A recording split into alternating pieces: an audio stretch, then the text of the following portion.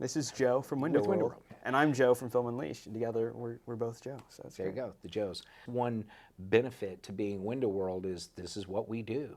We're not a contractor where we're doing, kitchens and baths and decks and, we do windows and doors. And because we do about 1,000 jobs a year, we get really good at just doing what we do. So also with my guys all being in-house installers and work only for us, they've seen and done it all. There's nothing you can throw at them that they haven't seen and done. We're over job number 19,000 And I bet now. training new employees is a breeze just because We put them with an experienced guy, right? You're not like, oh, we have 5 new people and one guy who's been here forever, and Yeah, that makes it. that's tough. Yeah, we've got a lot of systems in place that when we bring someone in, we know what their skill set is, and we know who we're going to put them with, and then we can figure out who gels the best. And right now, we've got teams that are just all gelling, just perfect. So that's why the Google reviews have gone through the roof, because people read those and see. It's really important. It's the most important. There's no doubt in my mind, the most important thing. So my wife and I, we went on vacation, and I took some I was like, I'm gonna take pictures of some of our food. I'm gonna just leave a Google review for like the heck of it. Like that'll be like, because I'm one of those people where I'm like, I can't sit still. I'm like, always have ideas. I'm creative. Obviously. So I'm like, I need some outlet that's not gonna like take up the entire vacation, but like I can like just have a little fun. Yeah, so right. I was like, I'm writing these like nice in-depth reviews. I'm posting like 5 pictures of my food. I'm getting the lighting just right.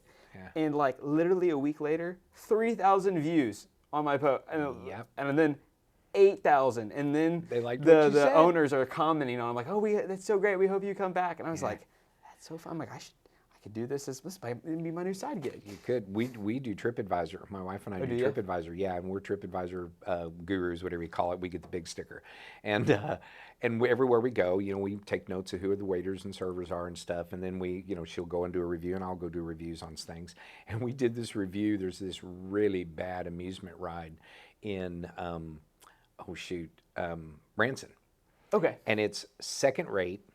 It's like the Temu of indoor amusement rides, and it's called like Jurassic World or something. That's not what it is, but that's the theme. And when you get in the car, you can see everything on the ground. When you ride the rails, it's terrible. It's rickety. The sets are bad. The sound is bad. There's one part where a pterodactyl carrying a child comes flying across in front of you, and this sounds horrible, and he's screaming, ah, like a baby scream, but it's over amplified. And it was a terrible, terrible ride. It was like $30 a person. And it stopped in the middle. Well, our first indication was when we first got there, the people coming out were saying the ride was broke down. But it's all on the ground. It's not like a roller coaster, Okay. And then we did this review, and I mean, no kidding, like in X amount of years, it's gotten thousands of other 1 stars underneath it going, yeah, we had the same thing, we had the same thing. And those are important, because if you do have a bad experience and you do write about it, and there's always that one crazy person. There's always that one crazy There's person. one crazy person that's going to write a book, but if you see a common theme and you go to TripAdvisor, you read or Google, and you read a lot of reviews, and you see that common theme, then you kind of know maybe we want to go somewhere else. With us, what's unique is all of our competitors, they get reviews. You read their reviews, it's about the salesperson, because what they do is they offer them a fake discount if they'll do a Google review. And the job hadn't even been done. If you read our reviews, they're all about the installation process, because we don't even ask for reviews until the job is done. And it's important. And then they type about their entire experience. The salesman did this, was great. The staff was great. Then the installers came out, explained everything, cleaned up everything, left our home better than it was. Those are really important. And there's no doubt there's a concerted effort amongst all Window Worlds to get these reviews, because we found that's the magic sauce. I always use the analogy of the Sears analogy. So, and for those younger people who don't know who Sears is, that was one of the largest retailers in the country pre-Amazon. But Sears, if your dishwasher broke down, you'd call Sears. And they stood behind their stuff. Well, you knew it was Sears, and you knew they were a good company. You knew it was going to be a Whirlpool dishwasher, a good product. The only variable you had was what Yahoo was going to come and tear up your kitchen. You don't know who's coming. So I use that analogy because pretty much all the window companies, they have a big name, they have a decent reputation. They have a good product. They all pretty much have a decent product. The only variable is who's going to come tear up your house. And so when they read our reviews and they see that our installers are professionals, they're polite, they're courteous, they know what they're doing, they're not subcontractors that are just jack of all trades, that pushes them over the edge. That's the magic sauce for them to go, wow, this company, 4.8, we're probably 10 reviews away from 4.9 out of 500 reviews. That says a lot. Now, we have tens of thousands all across the country, but I don't say that in my ads because I'm local. But because we do as Well, a yeah, you want to national be company, truthful. Like, yeah, we yeah, be truthful that way. But you're there's one guy, piggybacking there's and- one here in town. He advertises they have the highest Google rating. Well, he has 50 reviews. Everybody has 50 people that like him, right? Yeah. Yeah. No, it's very true. It's very true. But yeah, Google reviews, they're fun. And I tell you what I think is hilarious when it comes to reviews is like you'll get the one person that gives a 1-star review. It'll be like a bunch of 5s and 4, maybe a couple 3.5s. And like, yeah, I trust this. Yeah. And you get the one person who leaves a 1-star review, and they're like complaining about the packaging was crushed when it got there. Like that company like beat it with a sledgehammer and drove over. It's like, no, that's just the U.S. postal system. We've had a 1-star review from a customer that didn't even buy from us. They were upset about something. They weren't even our customer. They didn't even buy anything from us. So that is kind of the double-edged sword of reviews is if you're doing really well, someone is always going to try to kick you off the ladder. And your competition's going to do reviews. And I'm amazed that we haven't got more of those. But, it's a little tougher with Google. Now, with Facebook, anybody can go on Facebook and say they don't recommend you. Yeah. And they could be a customer or not. And Google's a little bit different. But, yeah, that is the double-edged sword. And that's why I feel sorry for all the people that use Yelp. Because these restaurants are getting hammered by their competitors. They're going on Yelp and just can say anything. They can create a fake account and just say anything. And it makes the restaurant look really bad, even though there actually could be a very good restaurant, but Yelp doesn't really control much of that. Yeah. No. Yeah, I've never used Yelp actually. I don't. I think it was slightly before my time. It was before your time. It was an early adopter of reviews for restaurants. Yeah. That's kind of where it went. Yeah. Awesome. Well, Joe, would you like to tell us about your story? I have a very long story, so I don't know how much of this you could actually use, but it all started on a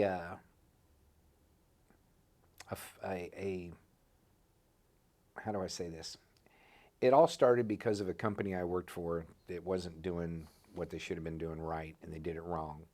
And my wife said one day to me and some guys, "Hey, why don't you look into that Window World? They're, getting pretty big." And I called the franchise and told Todd Whitworth, the founder's son, I said, "Look, I know you don't know me. I know you don't know me from a hill of beans, but I've got a great team. And I know windows. And we've been running a company now that the owner ran into the ground, and I was the general manager. And I said, hey, let's start a Window World. And I said, I know you don't believe me, so let me pay the franchise fee up front. Here's my credit card number." Well, they didn't have any Window Worlds this far west at that time. They've started in the Carolinas. And so I was, on paper, I'm store number 57, but there was only about 30 of us open at the time. And that's how it all got started. And I started with a team of guys that we already knew how to do windows. I grew up in the business. And my dad owned U.S. Siding Company, so I'd been remodeling homes. I put siding on all through high school in the 80s. And then I went to work for some other companies and got my professional skills polished up. And then I went to work for a couple other different window companies. So when I bought my Window World, I was already well into the window business. I just didn't own my own business. Okay. And Window World, at that time we were a dealer network. We weren't franchises, but now we're franchised. So I was one of the first early adopters of the franchise. And we took off right away. From 2002 to now, our sales chart just continues to go up and up and up. We just continue to serve more and more customers. But we started with the idea that we weren't going to have one unhappy customer. We work really hard to serve the customer first. I tell everybody at the Christmas party every year, I'm not the one who writes your check. I just sign it. The person that writes your check, the boss, is the customer. Without them, we have nothing.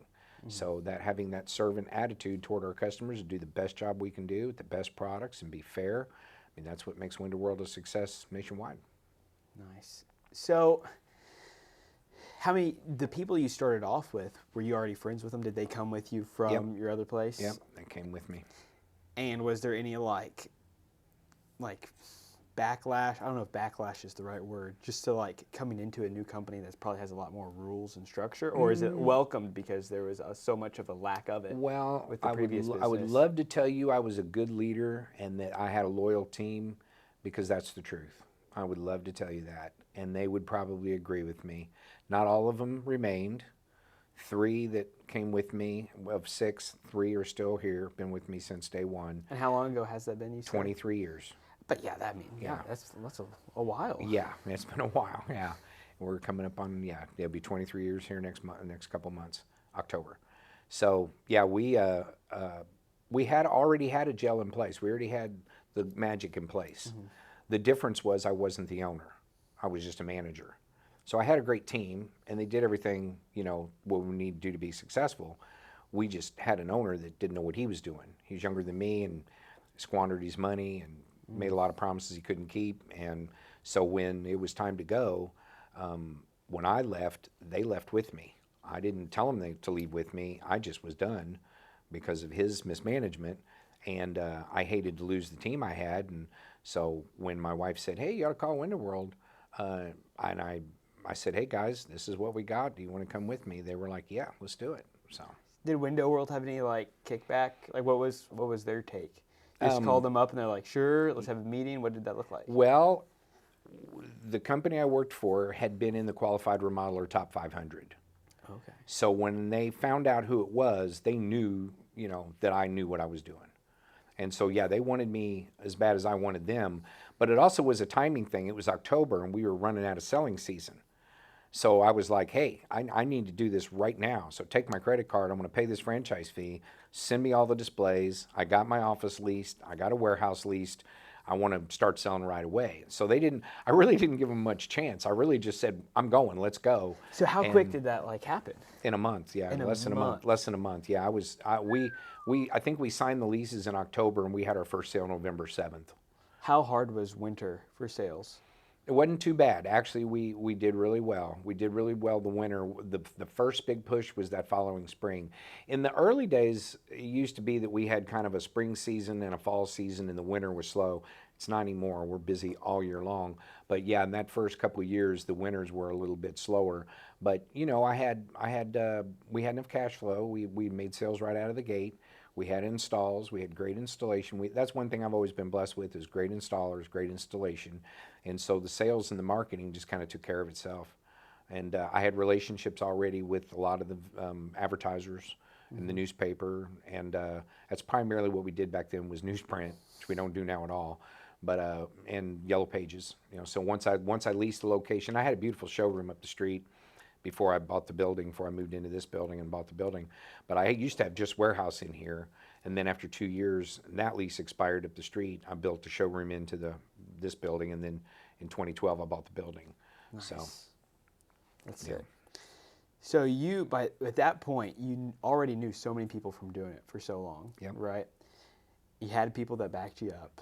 You had an idea of what you were going to do. So if you were going to do it again today, and you didn't have a team or didn't know anybody, what's the first step you're going to take? That's a good question. I think you hire the heart. I think you have to find the people that have the heart to be on your team. You have to find, like I heard Dave Ramsey saying, all these people that are owners that they want to motivate their people. How do you motivate your team? You don't hire unmotivated people. You start hiring motivated people. If you hire motivated people that have the same, aligned with your vision and your dreams and your ideals and your standards, then that's going to make it. I'd start right out of the bat hiring people that understand where you're trying to go. Not just look at it as a job, but look at it as a long-term career. Look at it as a future. That's awesome. Are you a big Dave Ramsey guy? Oh yeah. I love Dave Ramsey. Yeah, Dave's my guy. So right before I started this, I'd listened to EntreLeadership. I like audiobooks. Cool. Yeah. And just the other day, I actually was like going back. I was like, hey, man, I want to listen to like 2 chapters.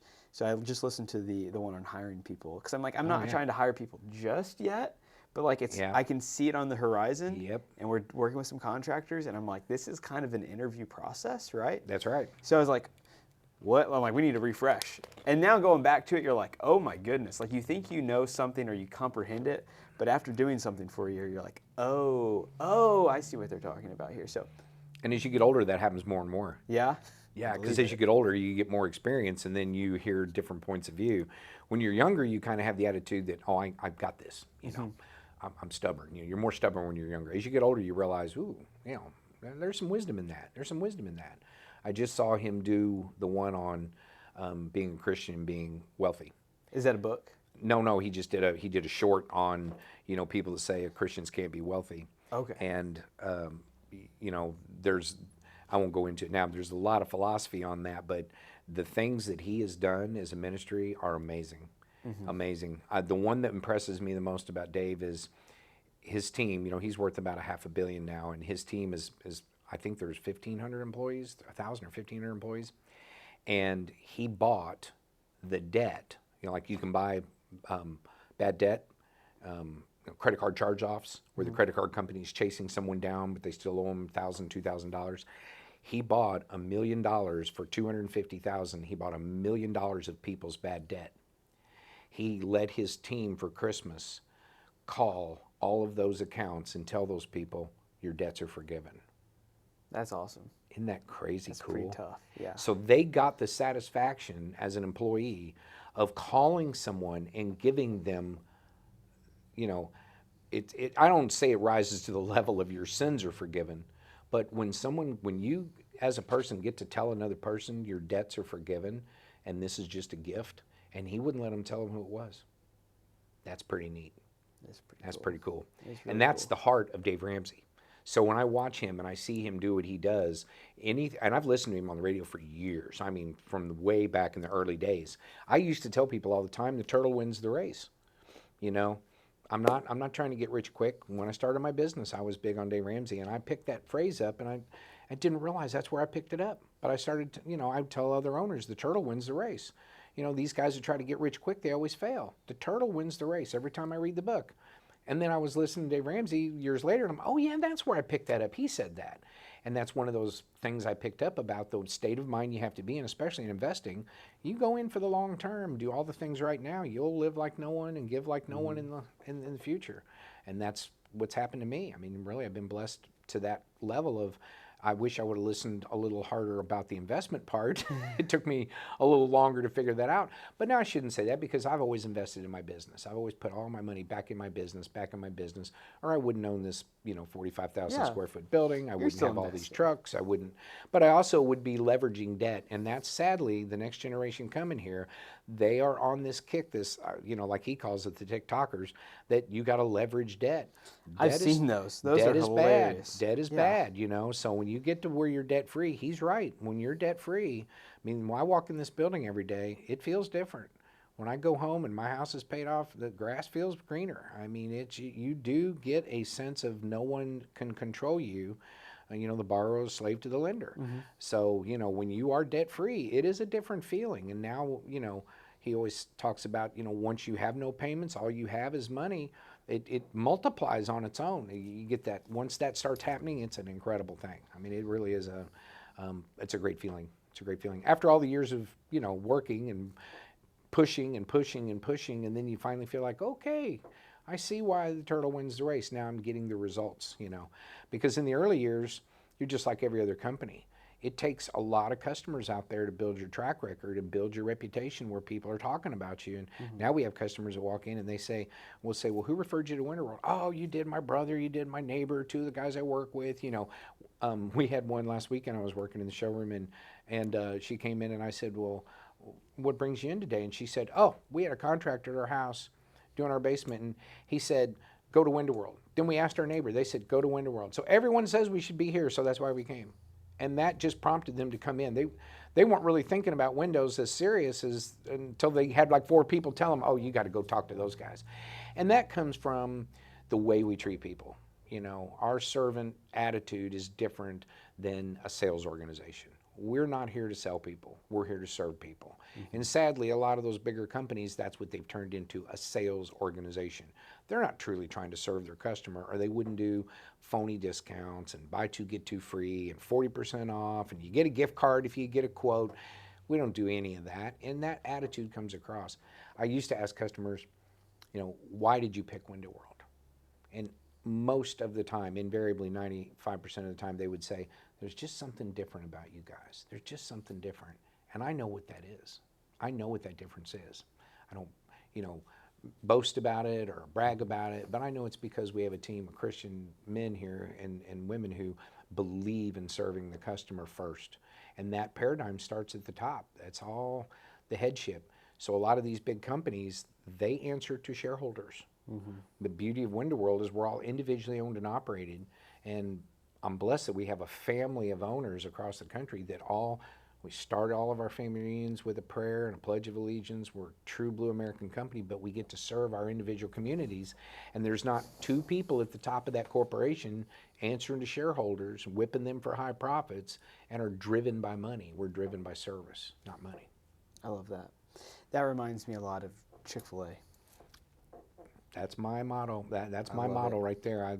I love Truett Cathy's philosophy. Truett said he made the kids sign that before he passed that they would never go public, and that's the smartest thing any company can do, because as soon as you answer to shareholders, you're going to answer to those shareholders. That's kind of the borrower, slave to lender thing a little bit.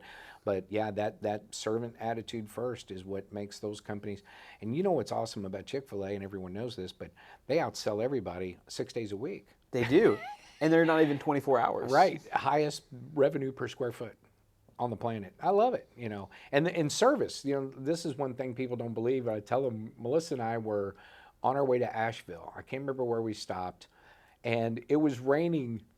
And they had people coming out to the cars in the parking lot with umbrellas to walk you into the store and to take you to your car. Who has ever done that in the history of the restaurant business? Who? I've never seen that. I'm 50, 61. I've never seen anyone do that. Nice restaurants don't even do that. Yeah. And these young men were coming out with umbrellas to get you in and not just an umbrella, a big jumbo Chick-fil-A umbrella, it should be.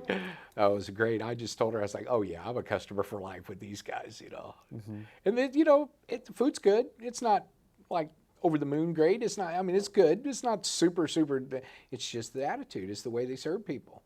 And they move a lot of chicken, man. You're not sitting in that drive-through long if you do drive-through. They're so efficient. It's so great. We had, we're in wedding season right now. For all of our friends are getting married. Uh-huh. And one of our friends that was in the wedding is can't eat any gluten or anything. It's real bad for her. Yeah. And we're 40 minutes out of town, and there's nothing at this wedding that she can eat. So her husband calls up the West Side Chick-fil-A, and he's like, is there any way you guys would make an exception? They wouldn't even let him tip. They drove it all the way out there. They're like, no. They heard the call. They're like, we're bringing the food for your wife, took care of it.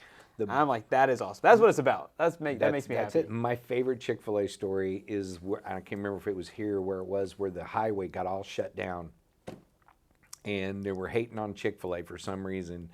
And Chick-fil-A went out there in the snow and gave all those people stuck in their cars food.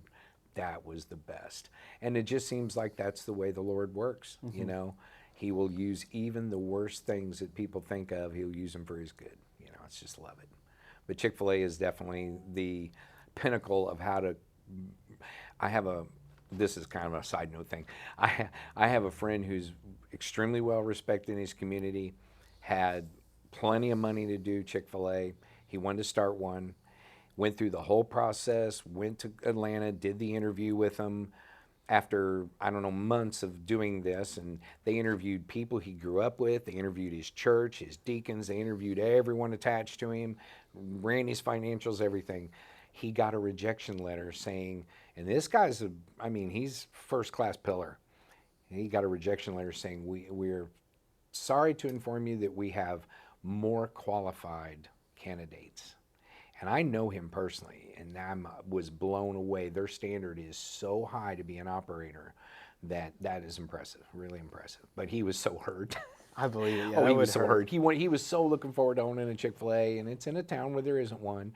And he's like, "Oh, I know to support it. You know, we have the population. Everybody loves Chick-fil-A." And he got so bummed out. He got rejected. But they have a high standard. They do have high standard. I think that's important. I don't think I feel like the bar is pretty low these days. Your brand is everything. Honestly, I've been told if you just show up on time and over communicate, show up 5 minutes early and over communicate, you're like, well, guaranteed success. I've been telling everybody your age that back in my day, everyone had 2 or 3 jobs. Everyone. The competition was stiff. In your generation, when you can articulate and you have that it factor, you got the go, you got ambition, you're gonna smoke it. You're gonna grow right through because you have no competition. You know, there's the work ethic has slowly slipped away over the years, and only the really ones that understand opportunity or see ambition go for it. And there's so few that go for it. In my day, in the 80s, it was booming. Everyone went for it. Everyone wanted to be a doctor, a lawyer, go to college and get a good job, and a lot of them did, but they worked 2 and 3 jobs in high school. You know, but nowadays, they just don't. And so you don't have as much competition, you're going to do well. It's just but no time like the present to lock in. So that's it. Yep. I think it's pretty true. I was talking to somebody the other day, a buddy of mine, and he'd said, I said that I was like, it was a slow week, like it was like 55 hours. And he was like, oh my gosh, he works 40. And I'm like, yeah. Honestly, when you like what you do, 55 hours isn't a lot because it's like you're literally having fun. Yep. Like I'm having fun, I'm helping people, everybody's making money. Like this is peak. It's perfect. Well, attitude is everything. And if you go into anything with the attitude that it's work, it's going to be work. Mm-hmm. I don't care if all you're doing is guarding the shack. You know, if you go into it with a bad attitude, it's going to be a bad job.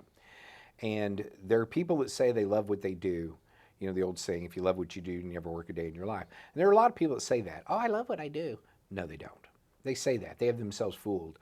But then there's people like me who truly love what they do, and they're very successful because it's real.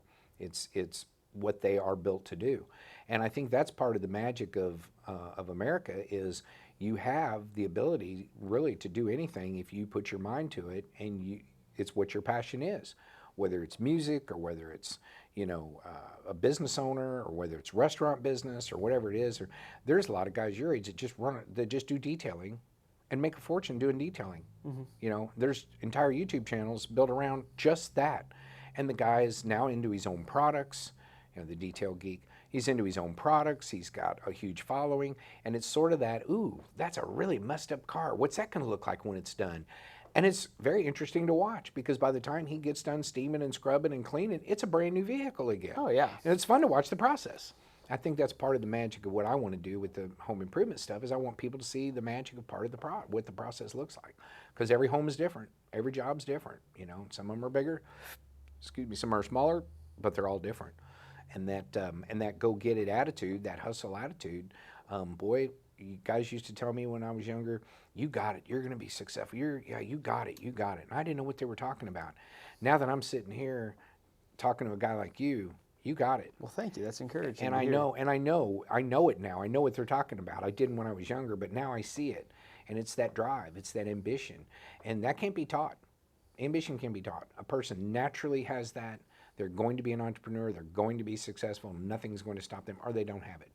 Not to say that's a bad thing. There's plenty of people in the world that are very, very happy and are living a great life doing what they do without being an entrepreneur. I'm not saying one's better than the other. It's just that when you have it and you know it, I think you know it. It's not something. When I was a little kid, I used to do carnivals and I sold newspapers and I had a newspaper out. I sold Christmas cards at Christmas time. I picked up any of that little bit extra hustle I could pick up because I just enjoyed it. It wasn't because I was trying to make money. It was just that was fun. Oh, I'm going to go around and talk to people about Christmas cards. Cool, let's go do that. It was the people thing. It wasn't necessarily the money. It was the people thing, and the money followed. And that's what's happened here is the people have come first, the servanthood comes first, and then the money follows. The success follows, which you're going to have that happen to you. Well, thank you. I hope so. I truly believe that. I just try to do the best I can and work as hard as possible. I figure the rest will take care of itself. It will. So it will.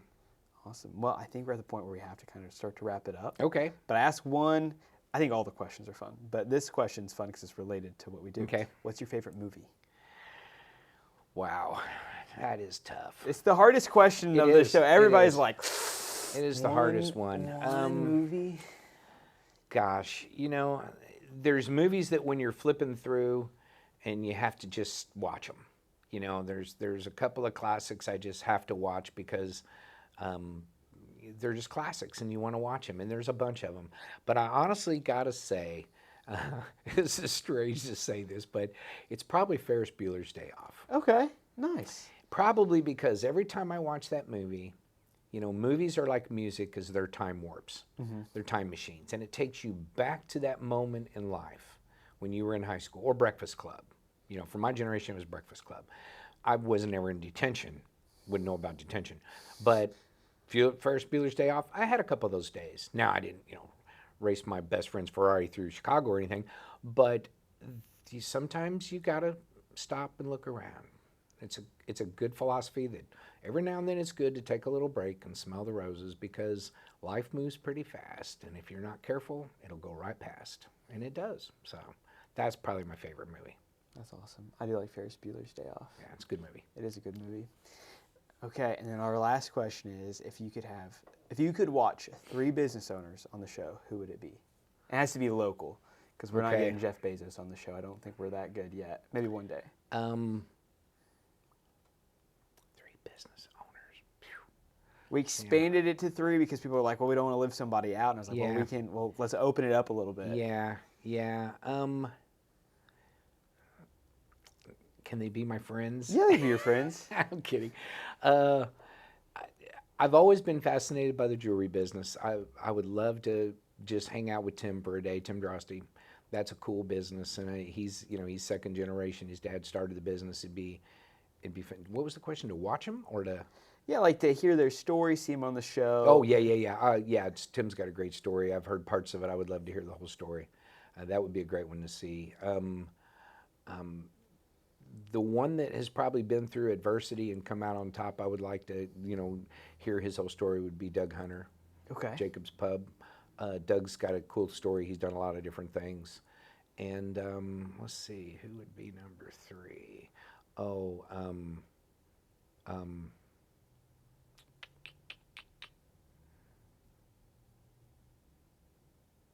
I'm drawing a blank on his last name. Charlie. Gosh, I don't know why I'm drawing a blank here. Charlie who? Edit this back in. What's he do? He worked for Bustlers for years, but now he owns his own company. Okay. God, I don't know why I'm Wolfinger. Charlie Wolfinger. Charlie Wolfinger. Okay, I haven't heard of him. Charlie Wolfinger. Charlie is a solid Christian man, pillar of the community, who has worked in a company and took over the whole operation and is done very, very well. A lot of people know Charlie. A lot of people know him. And he's been a mentor to a lot of us. Yeah. Encouraged people that he didn't even know. He encouraged me before he even knew me. He heard about me and started texting me, encouraged me before he even met him. Oh, I can't believe I didn't ring for now. Yeah, that's okay. I forgot to put that on D&D. We lucked out. Yeah. So yeah, Charlie would be Charlie Wolfinger. He'd be a good one. All right. Well, everybody should subscribe and check out Window World. Yeah, that way, when these people come on the show, you can watch them and see maybe some future videos that you do. Who knows? Yeah. Who knows? Stay tuned. Stay tuned. Well, all right. If you want to watch another video, please click right here, and we'll see you next time.